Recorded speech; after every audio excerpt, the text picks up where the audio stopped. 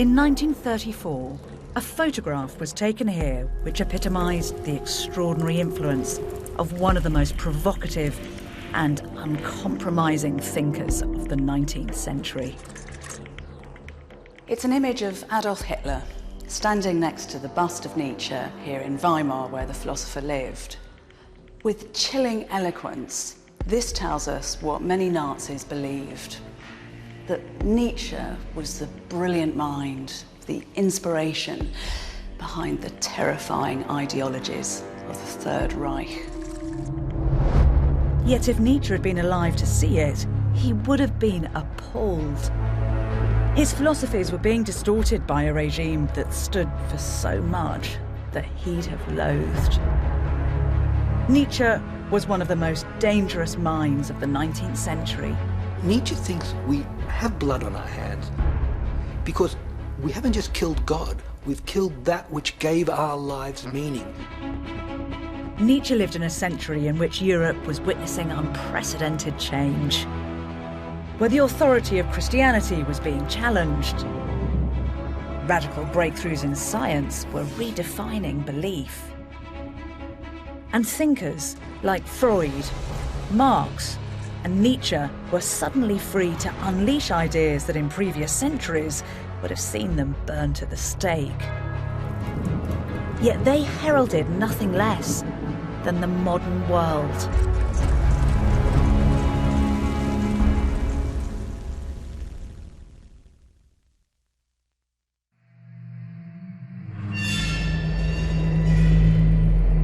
In 1882, one of the greatest minds of the 19th century predicted a crisis. One that he believed would be without equal on Earth, and which would be triggered by nothing less than the murder of God. God is dead, and God remains dead because we have killed him. What was holiest and most powerful of all that the world has yet owned has bled to death under our eyes. Who will wipe the blood from our hands? These are the visceral, challenging words of Friedrich Nietzsche. The crisis that he proclaimed was a wave of disbelief in Christianity that he predicted would crash through Europe. And the raw, brutal language that he chose to describe this death of God is a measure of just how terrifying he thought the consequence would be. For what Nietzsche saw, with disturbing prophetic clarity, was that without a belief in God, there was no authority for the moral values that had underpinned European society across 2,000 years. He was declaring our freedom from God, our mastery of our own fates. No longer controlled by divine laws, we were now liberated or condemned to create our own values. But what haunted and tormented Nietzsche was his realisation that this was a freedom that came at a terrible price.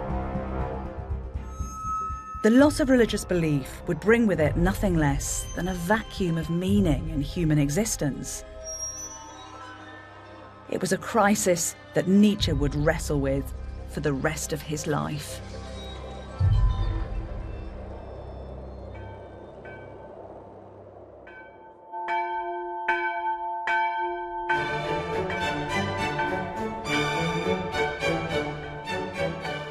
The childhood of the man who would come to call himself the Antichrist was, with no little irony, one infused with the joy of Christianity. When Nietzsche was just 9 years old, he heard Handel's Messiah for the first time. And he said he felt he had to join in the joyful singing of the angels on whose billows of sound Jesus ascended to heaven. The man who would spend his life as an adult with a mission to attack everything that Christianity stood for started off in life as the son of a Lutheran pastor here in the very cradle of Protestant Christianity.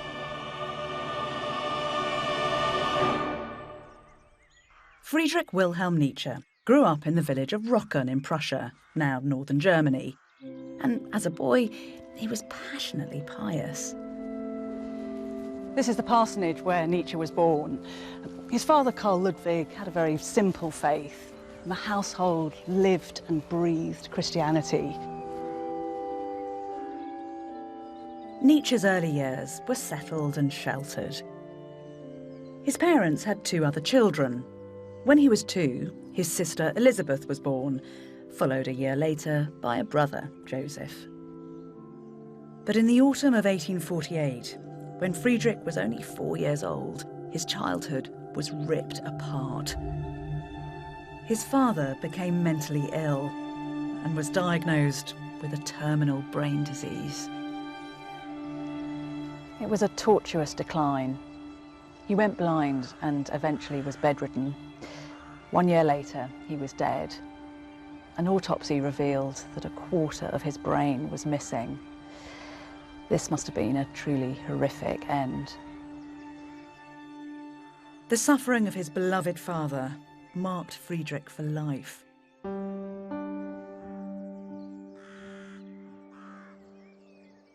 As a teenager, he wrote about his father's funeral in this church where he'd once preached. "Oh, never will the deep-throated sound of those bells quit my ear." The organ resounded through the empty spaces of the church.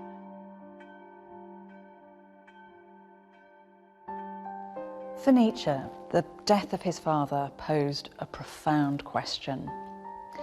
Why had this God, whom his father had so loved and to whom he dedicated his life, punished a good man with such torment?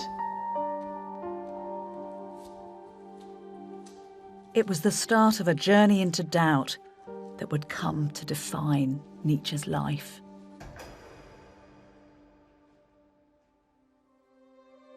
Despite the loss of his father, in 1864, at the age of 20, Nietzsche arrived in Bonn to study theology at the university, contemplating a future as a Lutheran pastor. But it was during his time here that he came under the influence of a controversial new method of studying the Bible, known as biblical criticism. And it scandalously suggested that this sacred text wasn't a credible historical work, but largely myth. It was radically undermining the authenticity of the scriptures. And for Nietzsche, it had a dramatic impact.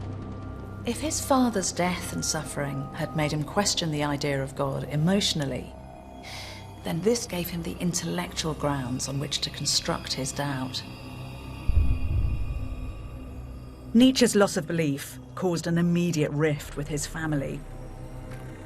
At Easter, he refused to attend church, crushing his mother's dreams that he would follow his father to the pulpit. And his sister, who'd always hero-worshipped her brother, found her own faith thrown into chaos. But for Nietzsche, his journey into doubt wasn't just a source of hurt for those close to him. It was the start of an all-consuming dissection of the moral and religious beliefs with which he'd grown up. He began to regard Christianity not just as a faith regretfully lost, but as a pernicious influence that encouraged an unhealthy disengagement from the world. Christian teaching, he argued, focused on the next life, with disastrous consequences. Earth became a place of bleak exile from God. Life was a thing of pain and suffering, to be endured, not celebrated. And this emphasis on the life to come robbed the here and now of its sublime meaning. This was a conviction that would dominate his life and his work for the next 2 decades. Rejecting Christianity forced Nietzsche to flee his theological studies and to seek out a new direction.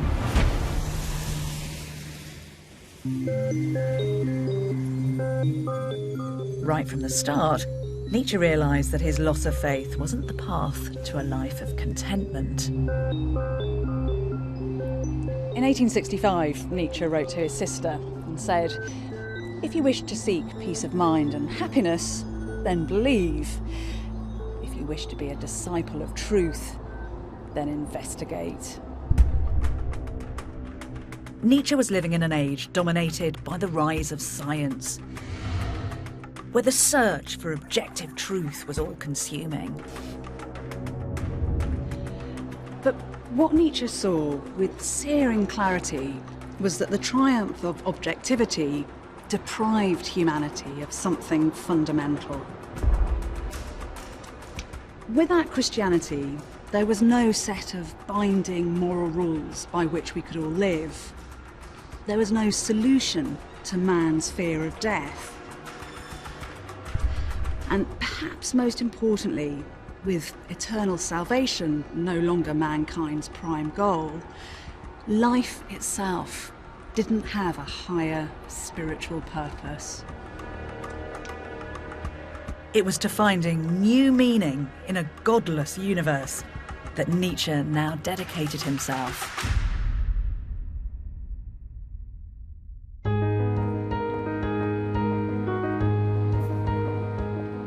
And his first glimpse at an answer came at the age of 21. He decided to become a student of philology, the study of the ancient civilizations and the philosophies of Greece and Rome. And he was in a bookshop when he came across a work that would influence the way he thought and acted for the next decade. It was called The World as Will and Idea, and it was written by a German philosopher called Schopenhauer. As he read it, Nietzsche was transfixed. Schopenhauer was an atheist who'd also grappled with the purpose of life, but his conclusions were beyond pessimistic.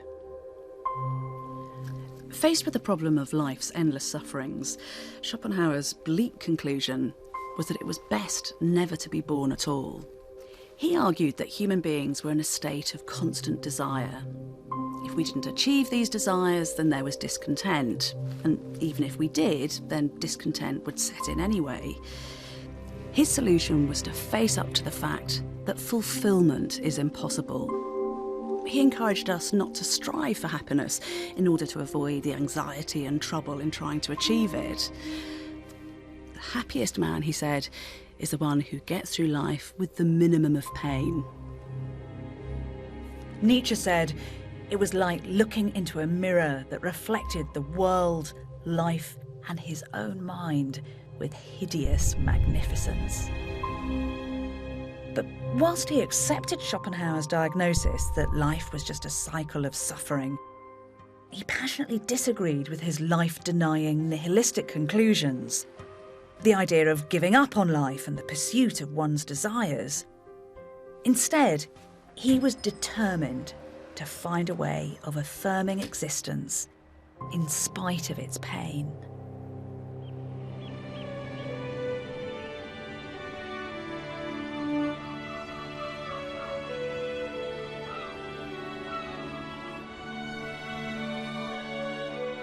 In 1869, the brilliant Friedrich became a professor of philology here at Basel University at the age of only 24, the youngest in its history. With his first book, which he wrote while he was here, he began to gain a reputation as a radical and subversive thinker. In his work, which he called The Birth of Tragedy, he started to grapple with the issue of how to deal with suffering in a world devoid of God. And for inspiration, he turned to the ideas of the Greeks and a new focus of his devotions, the German composer Richard Wagner.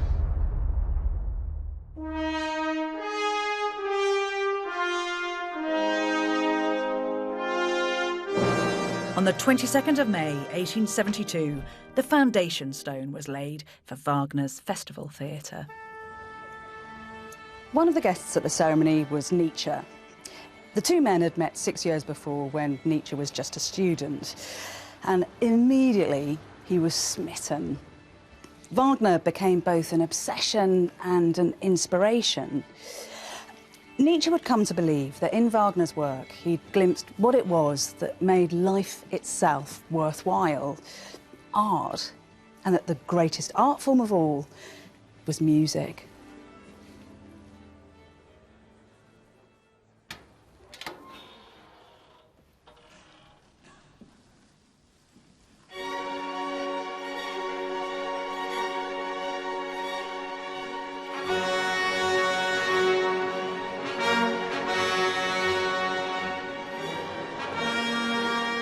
Nietzsche believed Wagner to be an artistic genius whose music was going to bring about a cultural rebirth based on the classical Greek model of tragedy.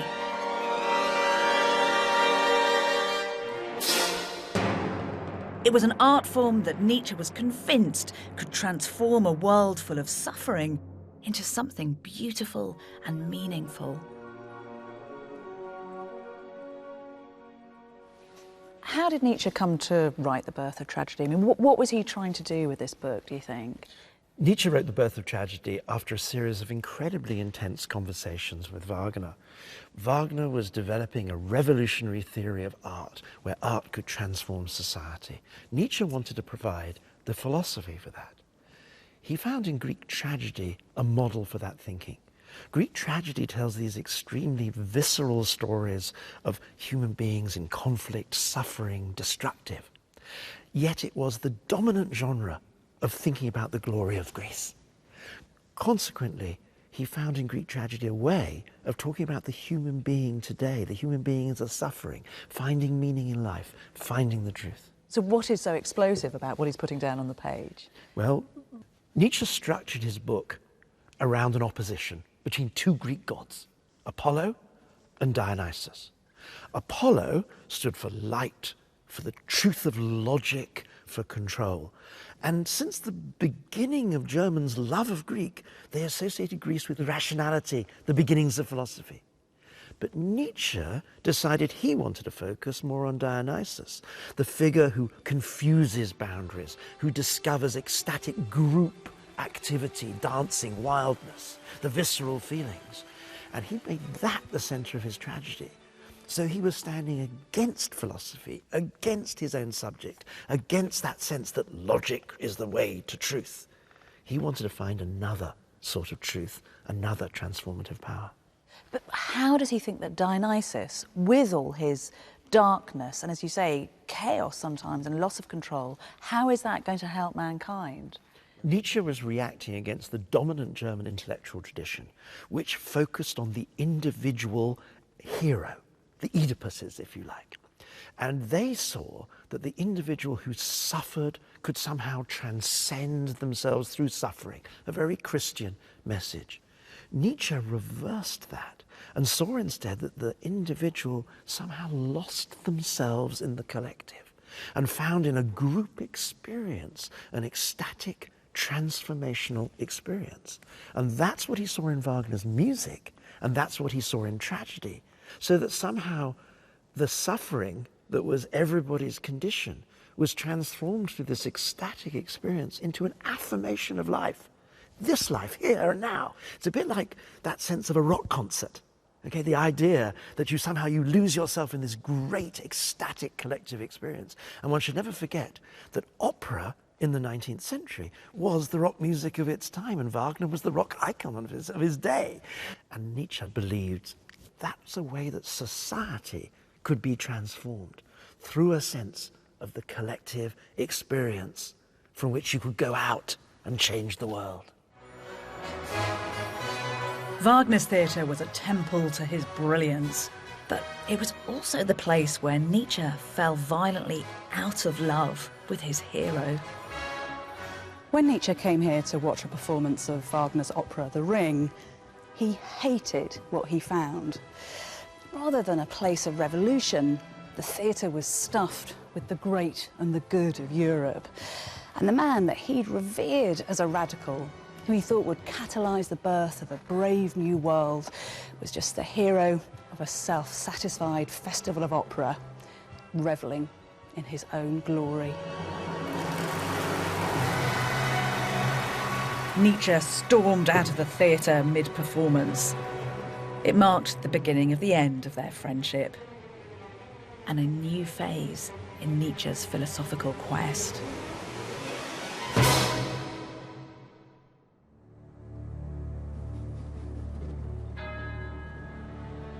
Nietzsche's rejection of Wagner coincided with a similarly radical change in his own life and work. Whilst he continued to teach in Basel, he began to have severe doubts as to whether it was here that his future lay.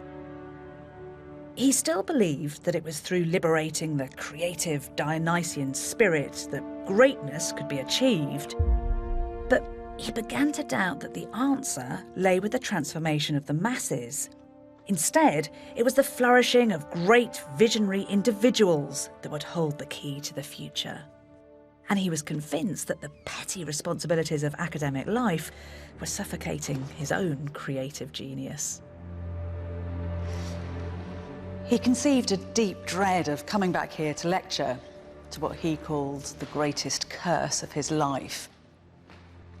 Depressed and anxious, he developed what he called Baselophobia. Nietzsche longed to break free. The key to life, he wrote, was to live dangerously. On the 2nd of May, 1879, he resigned his professorship. As Nietzsche left Basel, he was gripped by debilitating ill health. Since childhood, he'd been plagued by violent stomach pains and blinding headaches. And haunted by the fear that he too would be struck down by the disease that killed his father, Nietzsche's physical challenges had been the final trigger for his resignation. Although his doctors warned that excessive reading and writing would cause him to go blind, nothing was going to stop his pursuit of a life of philosophy.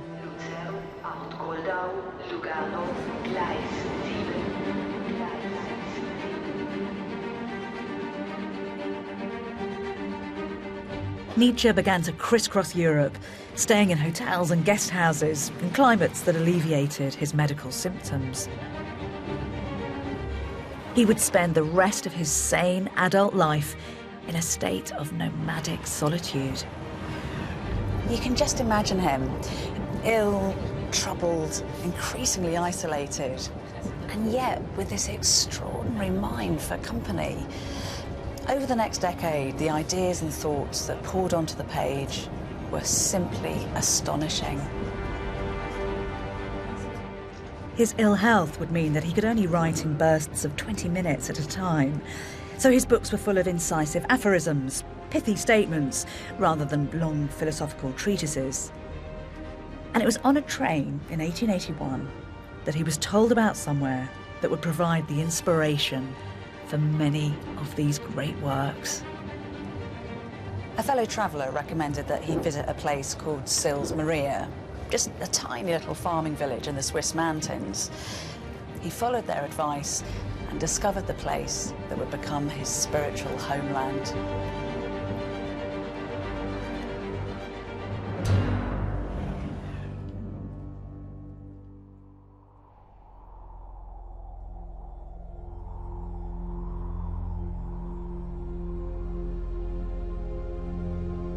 On Monday, the 4th of July, 1881, Nietzsche fell in love at first sight with Sils Maria.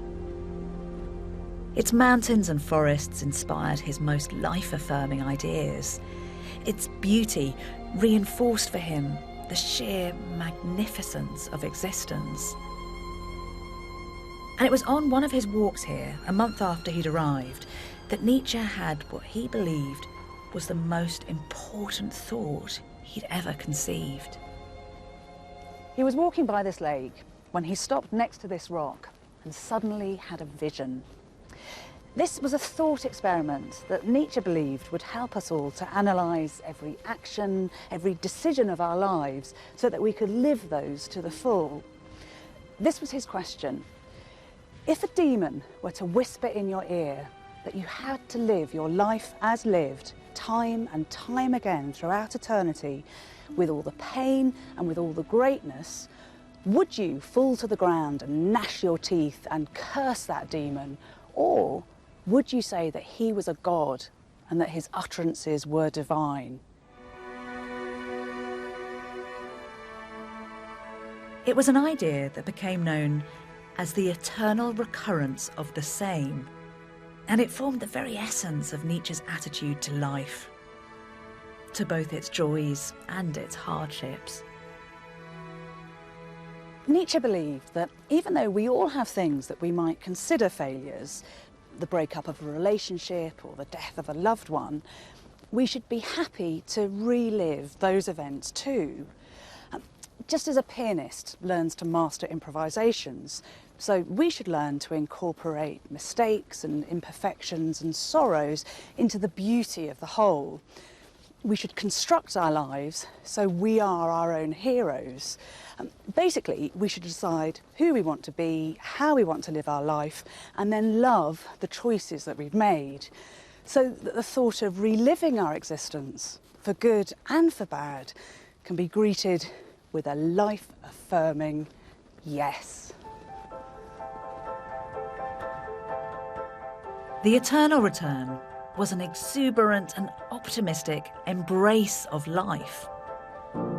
Suffering wasn't something that you had to be redeemed from, as Christianity taught, or avoided at all costs, as Schopenhauer argued. Instead, it was to be embraced, mastered. To live life most fully, one had to risk suffering and overcome it. What doesn't kill you makes you stronger is one of Nietzsche's most iconic phrases, and it was one that he himself was just about to have to put to the test. The philosopher was about to face one of the greatest disappointments of his life.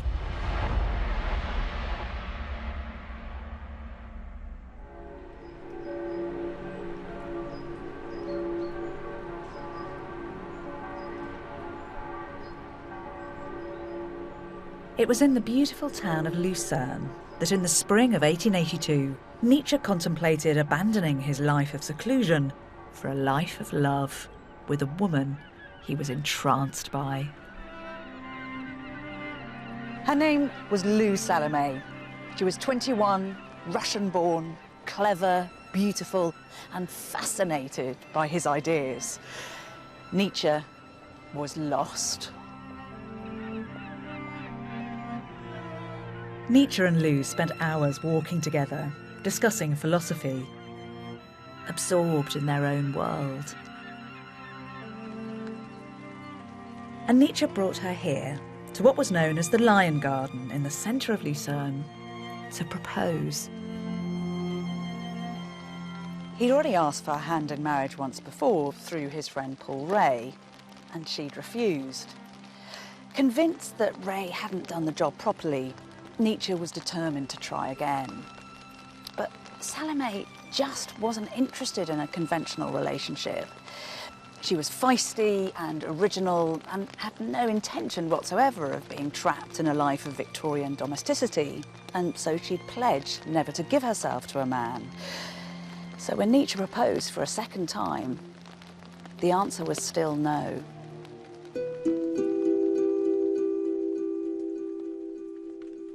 He was devastated by the rejection, made worse by the fact that his meddling sister, Elizabeth, was jealous of Lou's youth and wild charm and determined to disrupt any potential romance. Elizabeth reported details of Nietzsche's passion for Lou to their mother, who responded by spitting out that her son was a disgrace to his father's grave.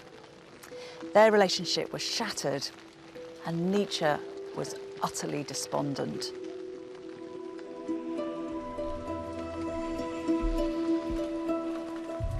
What followed was one of the most miserable periods in his life, but one in which he had the chance to test his own philosophy of suffering.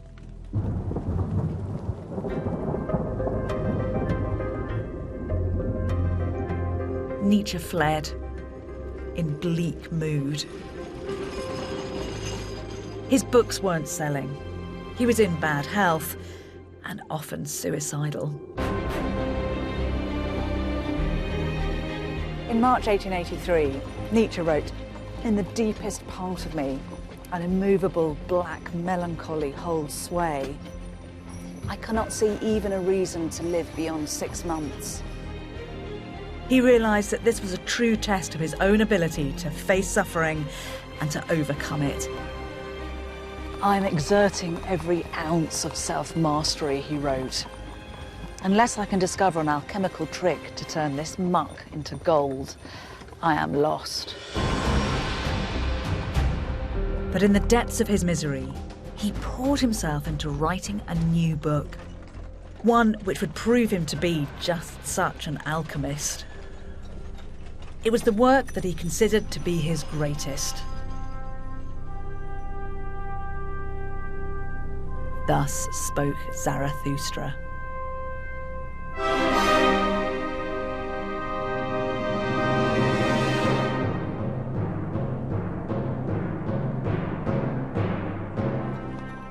Zarathustra had huge impact.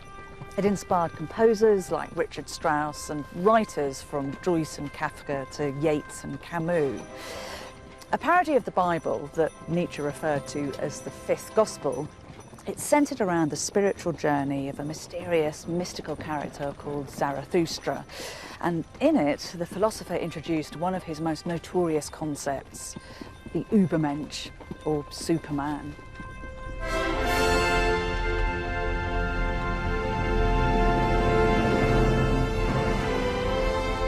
The book is a parable on the importance of self-overcoming. The imagery is of the mountains, and the figure of Zarathustra echoes Nietzsche himself.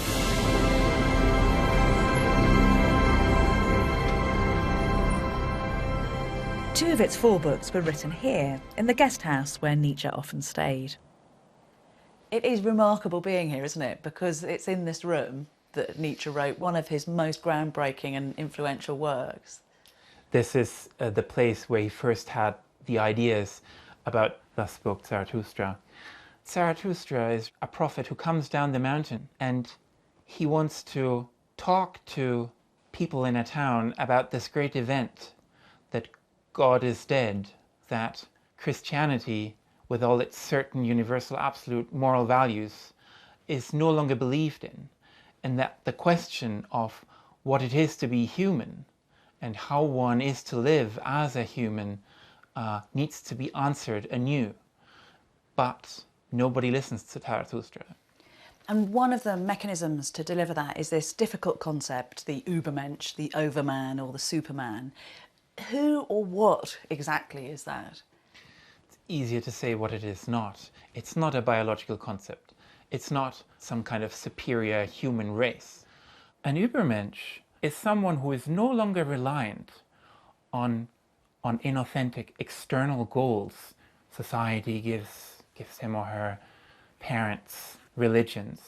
It's someone who is able to commit to goals that you set yourself. You offer humanity goals, and Nietzsche thinks it's a terrifyingly difficult task because the guidelines are missing. There are no blueprints. And whilst you full well know that whatever task you set yourself isn't universal, isn't good for all, it's nevertheless one you commit yourself to. It's one you strive towards.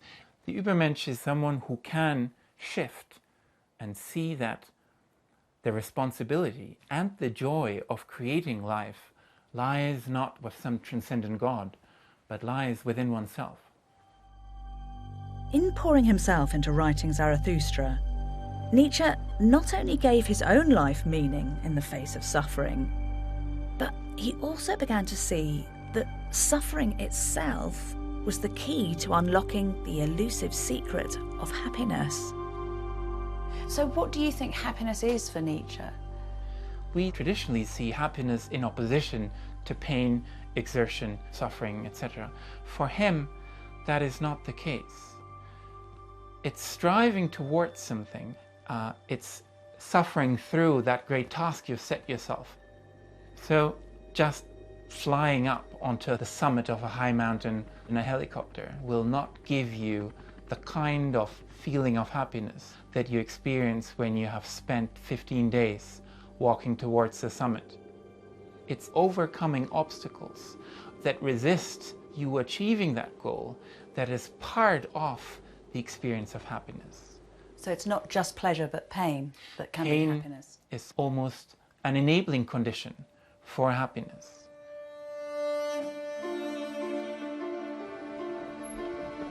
Nietzsche never found love again, but he'd succeeded in transforming his despair into a work whose vision would go on to resonate with generations of artists and thinkers. He'd become a living testament to his idea of the eternal return. And he now turned his attention away from the loss of meaning created by the murder of God to the crisis of values left in its wake.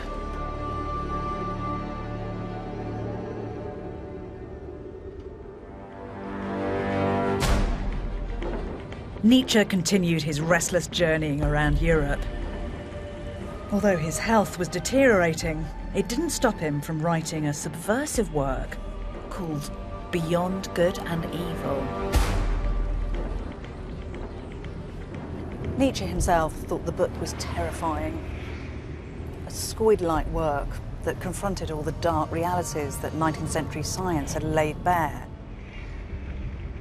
He couldn't find anybody to publish it, so he paid for it to be printed himself. And when it was released in 1886, the reviewers hated it. They described it as dangerous dynamite. Both this book and his next, The Genealogy of Morality, were fired by Nietzsche's utter dismay at the persistence of Christianity's moral values. Whilst many 19th century intellectuals had rejected the faith, they maintained its values. For Nietzsche, this was a catastrophe. For him, they no longer just lacked divine authority, they were a threat to the future of humanity itself. Why should we try to understand this book of his, Beyond Good and Evil, if we're going to try to understand Nietzsche? Well, this is a book where he really begins his incredibly intense campaign against Christianity. And he says the real logic of Christianity is a hatred of our own human, all-too-human nature. That is, we have various drives, according to Nietzsche, sexual drive, aggressive drives, drives to dominate. And Christianity says those drives are an affront to God. We need to push those drives down. But for Nietzsche, that means we need to push ourselves down. So he thinks that Christianity teaches us kind of a self-evisceration, a self-hatred. That is his critique of Christianity. And what does he think is wrong with a fundamental Christian moral value? Well, he looks at Christianity and he very disparagingly calls it slave morality. And he calls it slave morality because he thinks it's a morality that is focused on the worst off. That is, the slaves of ancient Rome, who were the weak ones and needed a religion that gave them a sense of meaning, a sense of power. But they had no power in this world, so they try to, he says, and he puts it so powerfully, they lie their weakness into a strength. So he thinks these Christian values, humility, poverty, meekness, he thinks these are values that make it safe for the weakest in society. But he thinks eventually, when these values triumph and become everyone's values, they inevitably make forward mediocrity. But his criticism of the weak really troubles me, because these are works that have no time, it seems to me, for the weak, for compassion. Yeah, it's not that Nietzsche thought we should step on the weak. What he thought is we shouldn't be obsessed with the weak. And that's so strange to us, because he's thinking, and what's wrong with compassion? But he did have a problem with compassion. Is this one of the reasons that he's so anti the emerging isms of the day, so socialism, communism? Well, a lot of communists, a lot of socialists may no longer believe in God, but they still have this core Christian value of compassion. And Nietzsche says when you're obsessed with compassion, when you're obsessed with how the worst off are doing, that gets you into a mentality where what is valued is contentment. He calls that herd happiness, and he says that is only worthy of animals. We are worthy of so much more. And he says if you gear everything to making the worst off as well as possible, you take your eyes off the idea of the great individuals who often are extremely egotistical. We would say selfish. But he says they need that selfishness to make their achievements, because it's their achievements that really drive civilization and culture at its highest peaks. Christian morality was something that Nietzsche believed was positively dangerous for the future of mankind. If humanity was to survive, it needed the great individuals, the very geniuses that he thought the slave morality of Christian culture was holding down. But there was a system of values that he did admire. He also talks about master morality. What's going on there? He's hearkening back to the world of the ancient Romans and the ancient Greeks. They were both massive slave-owning societies. But he said these people were masterful in a way that with their gods, they celebrated themselves. Like someone like Achilles, the great warrior, he could worship Ares, the god of war. But in doing that, he was worshipping himself. So he says the masters have a religion that affirms themselves, whereas the slaves have a religion of Christianity which actually disavows their nature. The master morality of the Greeks, as Nietzsche saw it, glorified ambition, strength and power, and despised compassion. Nietzsche was convinced that a revision of moral values was needed for a post-Christian future, and that such a morality needed moral legislators. In his letters, he announced that his next task was a magnum opus, in which he would lay out a new value system to fill the void. But it wasn't to be.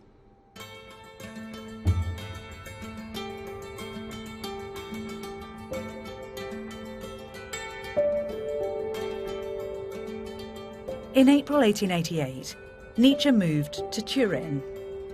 This would be his home for the rest of his sane life.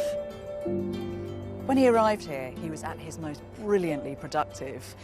In an almost constant state of euphoria, he produced 4 books in a year. And as he walked through the city, he said he felt like a god. But it was in the beauty of this Italian city that Nietzsche's mind began to decay. And it's in the letters he wrote at the start of 1888 that the very first signs of his madness can be glimpsed.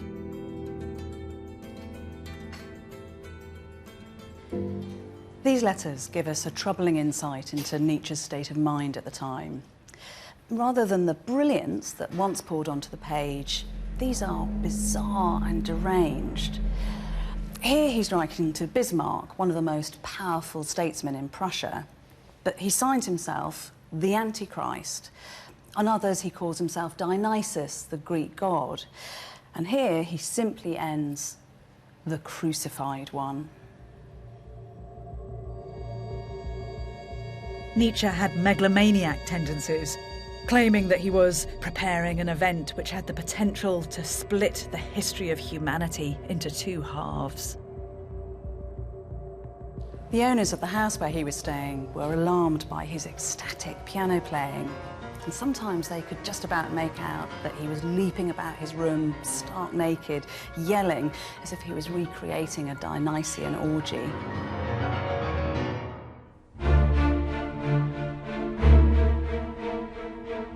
Events came to a climax in one of Turin's piazzas. Nietzsche saw a coachman thrashing his horse with a whip. He flung his arms around the animal's neck and, with tears streaming, collapsed to the ground. The final sane act of a man who'd spent his life criticising the weakness of human compassion was one of profound pity. 7 days later, he was incarcerated in an asylum in Basel.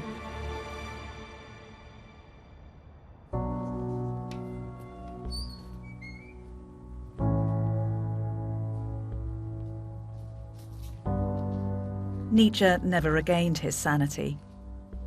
At the age of 44, one of the most searing philosophical minds in human history, had disintegrated. For the next decade, until his death in 1900, he'd write nothing. When he arrived at the clinic, the friend who brought him wrote, "He suffers from delusions of infinite grandeur. It's hopeless. I've never seen such a horrific picture of destruction."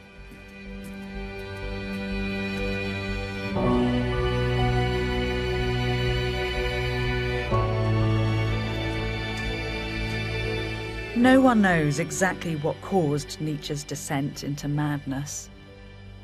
But while Nietzsche's mind collapsed, his work started to take on a life of its own.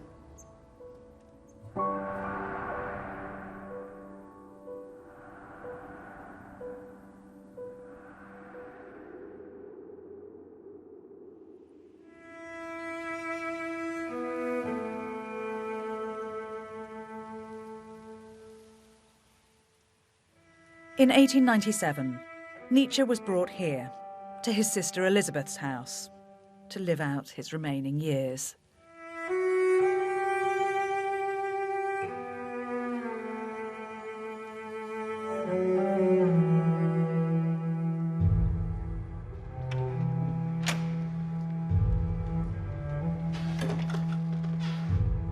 Declared clinically insane, until his death, Elizabeth would be his sole carer. While Nietzsche lived here, Elizabeth treated her brother like an attraction in a sideshow. She invited visitors in to stare at him, and she held soirees for his disciples, while his disturbed groaning could be heard from upstairs.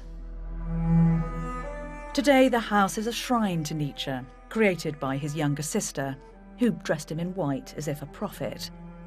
Yet its pristine rooms are chillingly devoid of any trace of his personality.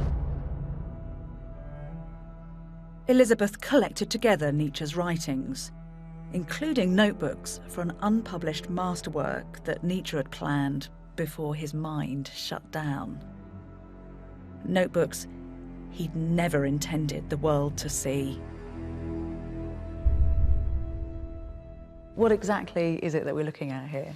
So here we're looking at two notebooks of Nietzsche's in which he's working up to this great work called The Will to Power, a work of tremendous ambition, because what he's attempting, you can see from this notebook here, is a reevaluation of all values. I mean, it's extraordinarily exciting to see this, because here he is trying to overturn the whole of Western morality, because people deep down no longer believe in it, though they're going on like the herd, as he calls most of us, living their lives by it, but there is no longer a God to back it up. So he's saying we need to find a new morality, and that's his fundamental task. Is it as simple as it sounds, the will to power? Is he saying that power is the identifying, organising principle for humanity? He's saying, actually, if we look at how people live and behave and strive, really what they're after in life, from infancy onwards, is power. And therefore, any morality that's going to fit with human nature needs to be a morality that sees power as the goal that we all seek, albeit in very different ways. So it's more than just something, because we've got Darwin at this time with his survival of the fittest, but Nietzsche's taking that idea way beyond what Darwin's saying. He is. Superficially, they sound similar, but in fact, they're profoundly different. And Nietzsche despised Darwin, and he has contempt for any way of living life that simply seeks to preserve yourself and your progeny. And the real difference is that the will to power is concerned that human beings should do more than merely preserve themselves. They should aim for great things. They should aim to be great statesmen or to be great philosophers and design new worlds, as it were. And that might involve sacrificing preservation. That might involve an early death. It might involve leaving no children. For him, the will to power is about seeking the exceptional. But Nietzsche seems to have recognised the flaw in his own idea. Perhaps his last sane act was the decision not to publish what he'd written. Nietzsche was himself against all philosophies that attempted to reduce the world to one principle, whatever that principle might be. And in a sense, his attempt to reduce the world to the will to power was, as he would put it, intellectually unclean. And I think that's why this work ultimately failed, because he realized that he was being untrue to himself. And what clues are in these notebooks themselves that he has given up? Well, I mean, there are small signs. For example, here in this version, he's written a shopping list over these profound thoughts, and here we have the word toothbrush, Zahnbürste. So I think if you start writing shopping lists over your great masterworks, that suggests that you no longer have respect for them. But the work he abandoned was published with devastating consequences. Nietzsche died here of a stroke in 1900, but his death gave Elizabeth the opportunity to appropriate not just the dog days of his life, but his life's work. Elizabeth had hero-worshipped her brother and lived her life in his shadow. Now, as literary executor, she set about publishing Nietzsche's notebooks in a collection entitled Will to Power. Although she worked with various editors, she simply dismissed them if they disagreed with her. Nietzsche's work was edited and manipulated to suit her own political ends. Elizabeth was a supporter of the Nazis and began to court the party's leaders. In 1934, Adolf Hitler visited this house, and she even gave him her brother's walking stick. Elizabeth was so extraordinarily successful in promoting her brother and his works that by the end of the 1930s, Nietzschean thought and themes pervaded German society. And this was disturbingly reflected in one of the most compelling propaganda films of all time.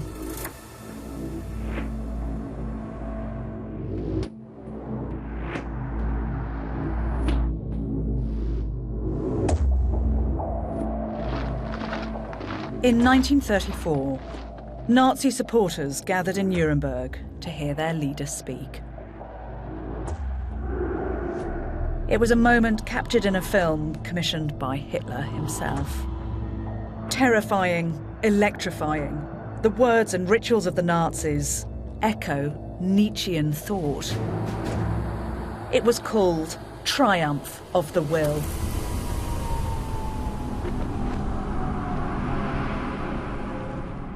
The film begins with Hitler descending from the clouds, echoing Zarathustra, and Übermensch coming down from the mountains with his new morality to be greeted by the herd. An Übermensch offering a system of morality in which traditional Christian values are to be inverted. Dass dieses Volk einst nicht verweichlicht wird, sondern dass es hart sein kann. Where the state will exert the will of the most powerful, and the weak and the helpless will be destroyed to generate a greater humanity. Unsere Partei wollte daher kompromisslos die einzige Macht und alleinige Macht in Deutschland. So closely associated had Nietzsche's ideas become with the aims of the National Socialists that one of its most influential thinkers, Alfred Baumler, said, "When we call out Heil Hitler, we greet with the same cry, Friedrich Nietzsche." And yet, had he lived to see this, Nietzsche would have been horrified. His Übermensch wasn't a master of eugenics. He was a symbol of man's potential. His will to power was not a call to nationalism, which he despised, but a recognition of our drive to overcome our limitations. And he was vocally opposed to anti-Semitism. The Nietzsche of the Nazis was a hideous parody.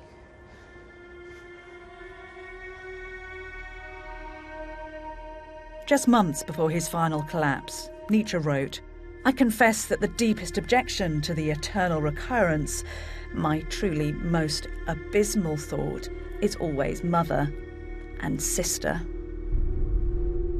how prophetic his words turned out to be. And yet perhaps the blame for his misuse is not entirely Elizabeth's. Nietzsche would never have advocated Hitler's final solution, but he was naive if he thought that his work would not be misunderstood. Evil loves nothing better than a void, and the philosopher's clever, ambiguous aphorisms could easily be put to the service of evil. Even when he was entirely sane, Nietzsche said that bad would be done in his name. The sister and the brother must share responsibility for the life that his work took on after his death.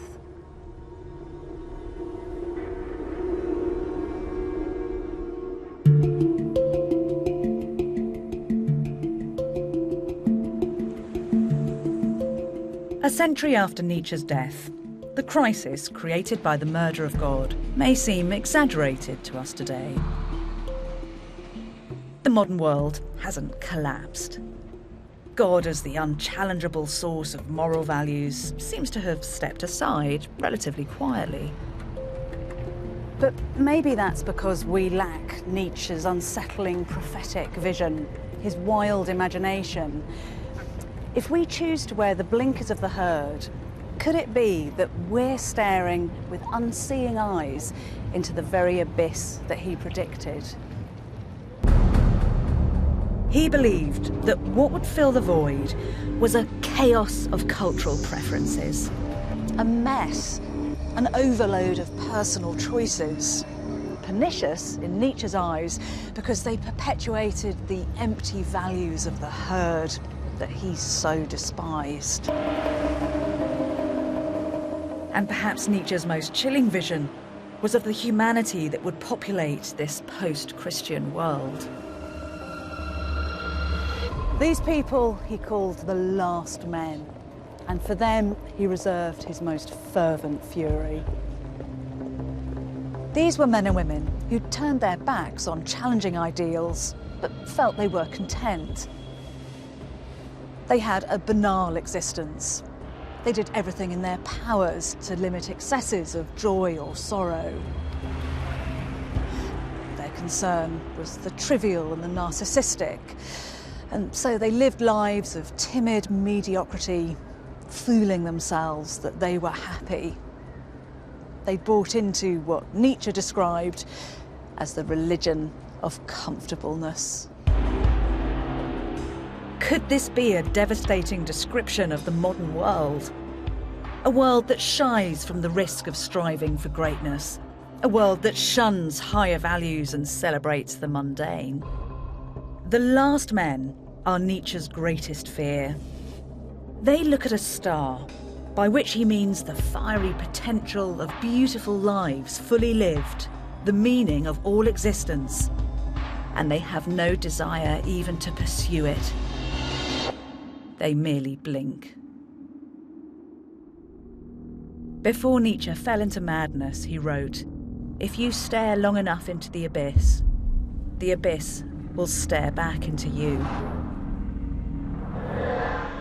The chaos that confronted Nietzsche in his final moments of sanity is arguably our own. The question of not just how we should live, but the point of our lives is still one of the greatest challenges of the modern world.